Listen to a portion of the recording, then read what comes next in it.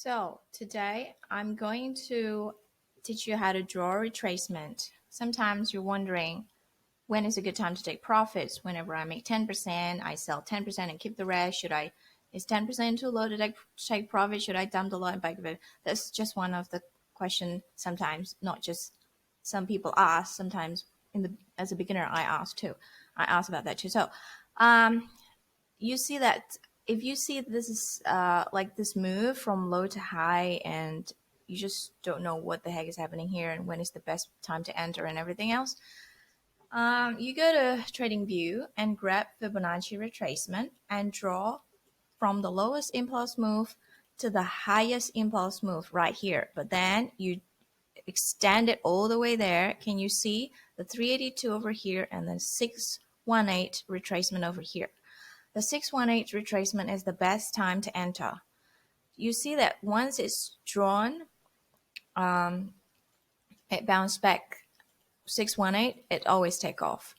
And then you wait, when is the best time? You stretch it out all the way, but it's not any further, still on this height, but it's just stretching it out all the way.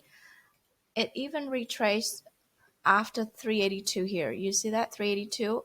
It's lingering around this and then just take off. So for you to know how much it's going to retrace, you draw a lowest impulse move to the highest impulse move and then clone it, and you get the next retracement. That's how it works. And then from here, how are you going to move for the next one? You make another Fibonacci retracement from the lowest to the highest, for example, and then just stretch it out a little bit. Okay, so this is a 382. It doesn't retrace back to 618. It means very bullish. After it bounced back out of 382, it took off.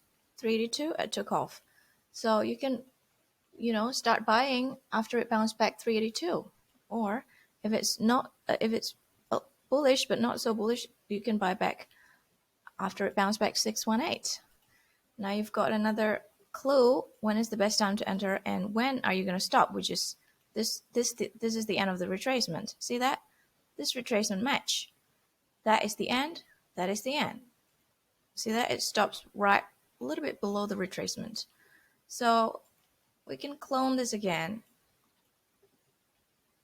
and make another same retracement.